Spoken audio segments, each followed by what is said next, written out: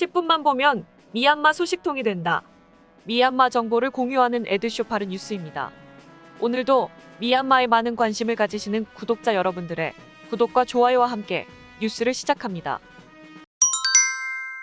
2021년 11월 15일 미얀마 선거관리위원회는 2020년 부정선거 혐의와 연관된 윈민 대통령을 포함한 총 16명을 소송하였습니다. 소송된 주요 인사로는 아웅산수지 국가고문과 윈민 대통령, 네피도위원회 묘아웅 위원장, 전 선거관리위원회 흘라떼인 위원장, 민나잉 위원, 딴테이 위원, 전 만달레이 주지사 쪼민마웅 등이 포함되어 있다고 합니다. 앞으로 선거관리위원회는 2020년 부정선거 조사는 계속될 것이며 관련자들에 대해 강경한 조치가 취할 것이라고 밝히며 재선거를 앞두고 강경한 조치를 취하고 있습니다. 국민통합정부는 최근 명령에 따르지 않고 자체적으로 운영하는 외부 저항 세력에 대한 지원을 감소하여 국민방위군의 시스템을 강화하려는 것으로 보이고 있습니다. A1이라고 불리는 군지원 사업은 국방기술사관학교 출신 탈영병들이 관리를 하며 앞으로 외부 저항 세력에 대한 지원 예산을 6분의 1로 줄일 것이라고 합니다. 이런 외부 저항 세력 지원 예산 감축을 통해 국민통합정부 명령을 따르지 않고 자체적으로 운영하는 저항 세력들을 줄여나가기 위한 것으로 보고 있습니다. 최근 외부 저항 세력들은 국민통합정부가 금지를 한 군부 관련 민간인과 가족에 대한 공격을 계속해서 진행하고 있으며 교사뿐만 아니라 군부정보원으로 기소된 가족들까지 학살을 하고 있어 문제가 되고 있습니다. 허야주 로이코 타운십 행정관리부는 오토바이 2인 이상 남성 탑승 금지 명령 이후 위반한 남성이 적발되면 발포할 것이라고 경고하였습니다. 타운십 행정관리부는 2021년 11월 16일 발표를 하였으며 11월 18일부터 시행이 된다고 설명하였습니다. 타운십 행정관리부는 대중의 안전과 마을의 평화를 위해 오토바이 2인 이상 탑승 금지 명령을 내렸다고 설명하면서 여성 2명이 탑승하거나 남성이 운전하고 여성이 탑승하는 경우는 제외한다고 밝혔습니다. 이 명령은 양곤 지역과 탄인따리, 사가인, 거야, 만달레이에 있는 타운십에서 시행되었으며 당초 2개 타운십에서만 적용되었던 양곤 지역에서도 확대가 되고 있어 양곤 외곽에선 오토바이 택시 운전사들은 어려움에 처한 상황입니다. 미얀마 국가관리위원회는 2021년 12월부터 중국과 태국 육로 국경무역 게이트를 재개할 것이라고 밝혔습니다.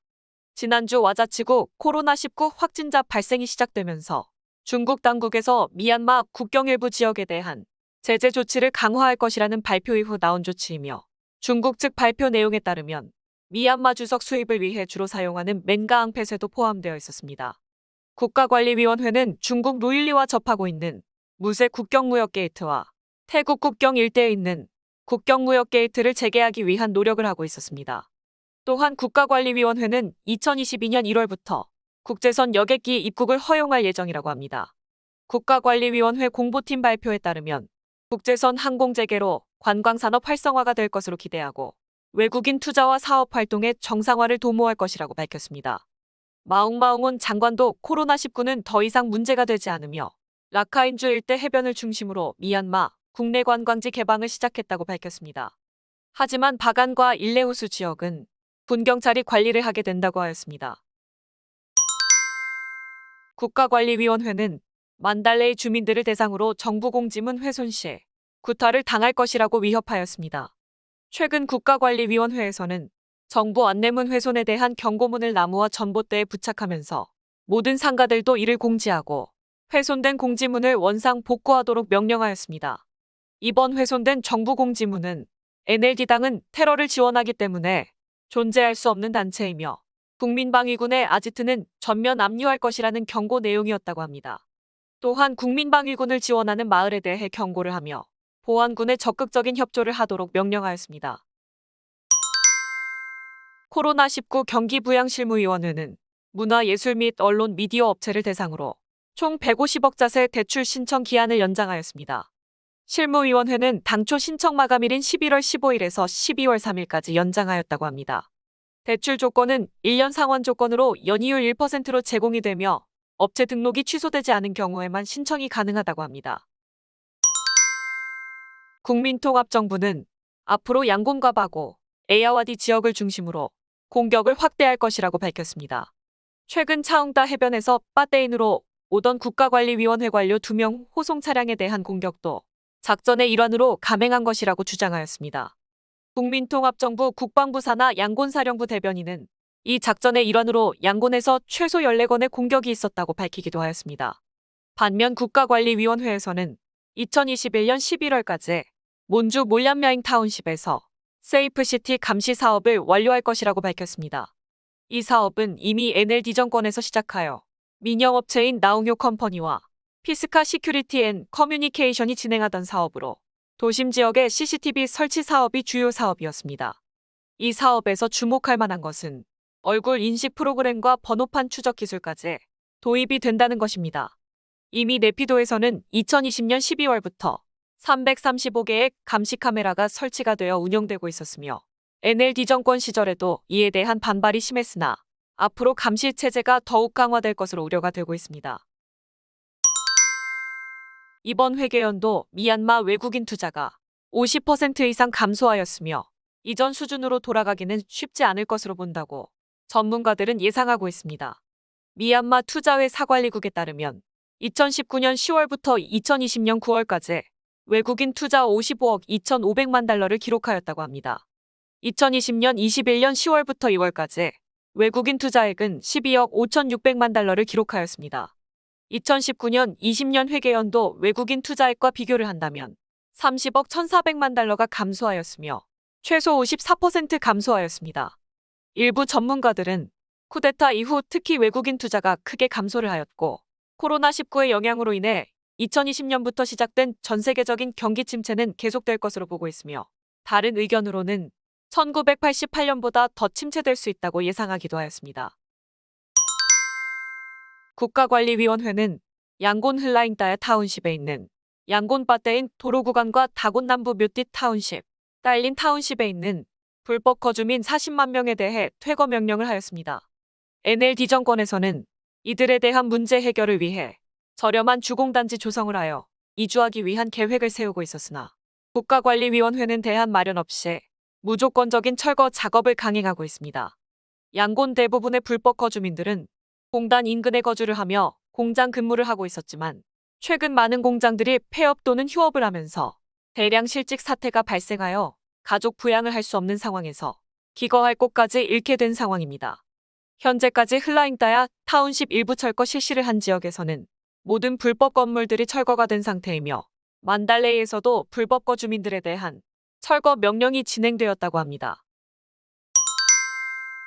2021년 11월 18일 양곤전력공사는 2021년 11월 30일까지 전봇대에 불법 설치된 통신 케이블 라인을 제거하도록 명령하였습니다.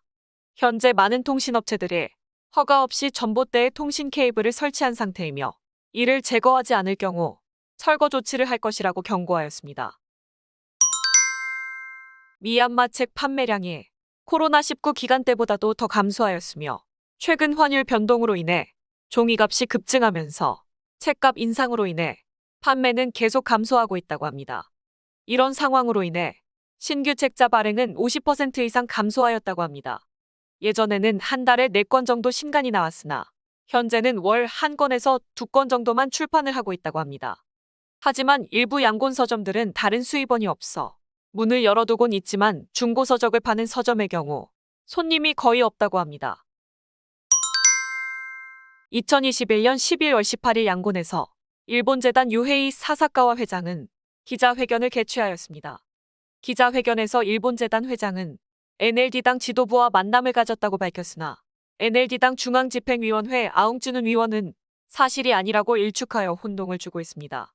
미얀마 현재 언론사에서는 일본재단 회장이 틴조 전 대통령의 여사이자 NLD 설립자 우린의 자녀인 수수린을 비공식 일정으로 만났다고 보도를 하기도 하였습니다.